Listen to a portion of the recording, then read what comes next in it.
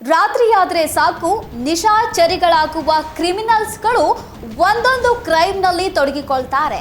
ಅದರ ಮುಂದುವರೆದ ಭಾಗ ಎಂಬಂತೆ ಈಗ ರಾತ್ರಿ ಕಳ್ಳರು ಮತ್ತೊಮ್ಮೆ ತಮ್ಮ ಕೈ ಚಳಕ ತೋರಿದ್ದಾರೆ. ಅದರ ಕಂಪ್ಲೀಟ್ ಡೀಟೇಲ್ಸ್ ಇಲ್ಲಿದೆ ನೋಡಿ.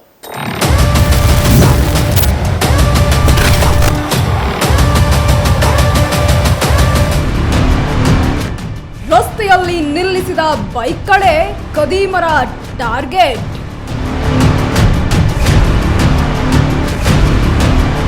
ಬೈಕ್ ಪೈಪ್ನ ಕಟ್ ಮಾಡಿ ಸಂಪೂರ್ಣ ಪೆಟ್ರೋಲ್ ಕಳುವು.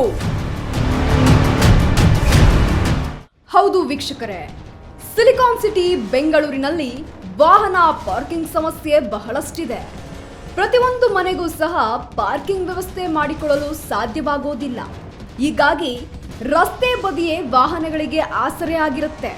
ಆದರೆ ಇದನ್ನೇ ಬಂಡವಾಳವಾಗಿ ಮಾಡಿಕೊಂಡಿರುವ ಕಳ್ಳರು ವಾಹನದ ಹಿಂದೆ ಬಿದ್ದು ಪೆಟ್ರೋಲ್ ಕದಿಯುವ ಕೆಲಸಕ್ಕೆ ಇದೀಗ ಮುಂದಾಗಿದ್ದಾರೆ.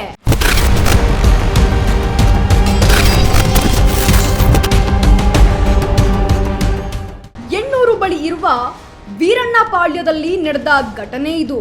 ರಾತ್ರಿ ಆಗ್ತಾ ಇದ್ದಂತೆ ಪ್ರತ್ಯಕ್ಷವಾಗುವ ಇಬ್ಬರು ಬೈಕ್ನಲ್ಲಿ ಮೊದಲು ಏರಿಯಾ ರೌಂಡ್ಸ್ ಹೊಡಿತಾರೆ.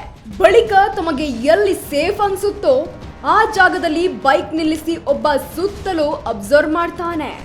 ಮತ್ತೊಬ್ಬ ಕತ್ತಲೆ ಇರುವ ಜಾಗದಲ್ಲಿ ನಿಂತ ಬೈಕ್ನ ಪೈಪ್ ಕಟ್ ಮಾಡಿ ಪೆಟ್ರೋಲ್ ಕದಿಯುವ ಕೆಲಸ ಮಾಡ್ತಾ ಇದ್ದಾನೆ.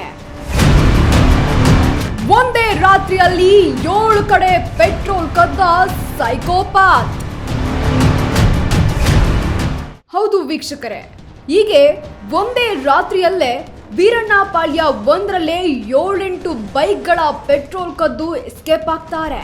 ಇನ್ನು ಕೆಲ ಯುವಕರು ಹಣಕ್ಕಾಗಿ ಪೆಟ್ರೋಲ್ ಕದಿಯದೆ ಸೈಕೋಪಾತ್ಗಳಾಗಿ ಪೆಟ್ರೋಲ್ ಕದ್ದು ತಮ್ಮ ಶರ್ಟ್ ಪ್ಯಾಂಟ್ಗೆ ಸುರಿದುಕೊಳ್ತಾರೆ. ಆ ಪೆಟ್ರೋಲ್ ವಾಸನೆ ಈ ಸೈಕೋಪಾತ್ಗಳಿಗೆ ವಿಪರೀತ ಎನಿಸುವಷ್ಟರ ಮಟ್ಟಿಗೆ ಕಿಕ್ ಕೊಡುತ್ತೆ. ಇನ್ನು ಬಹುತೇಕ ಹದಿಹರಿಯದ ಗುಂಪುಗಳೇ ಈ ರೀತಿ ವರ್ತನೆ ತೋರುವುದು ಕೂಡ ಕಂಡು ಬಂದಿದೆ. ಕಳ್ಳರ ಈ ಕೃತ್ಯವು ಸಿಸಿಟಿವಿಯಲ್ಲಿ ಸೆರೆಯಾಗಿರುವ ಕಾರಣ ಹಳೆಯ ಅಪರಾಧ ಹಿನ್ನೆಲೆ ಉಳ್ಳವರ ಎಂಬುದರ ಮಾಹಿತಿಯನ್ನು ಸಹ ಪೊಲೀಸರು ಇದೀಗ ಕಲೆ ಹಾಕ್ತಾ ಇದ್ದಾರೆ.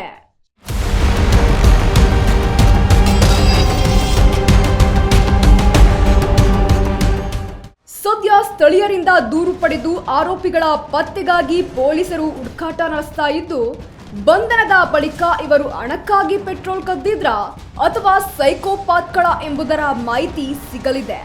ಈ ಸಂಬಂಧ ಎಣ್ಣೂರು ಪೊಲೀಸ್ ಠಾಣೆಯಲ್ಲಿ ಇದೀಗ ಪ್ರಕರಣ ದಾಖಲಾಗಿದೆ. ನಿಸರ್ಗ H, crime bureau, speed news Kannada, Bengaluru.